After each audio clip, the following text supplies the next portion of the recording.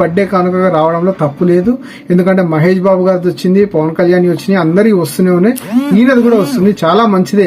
కానీ ఏంటంటే ఇది ఒక్కరోజు ఉండే సినిమా కాదు కదన్నా, వారం రోజుల బుకింగ్స్ ఉన్నాయన్న, థియేటర్లు మొత్తం ఖాళీ ఉన్నాయి. ఇప్పుడు నీకు బుక్ మై షోలో చూద్దాము అంటే ఇంతవరకు ఓపెన్ అవ్వట్లేదు.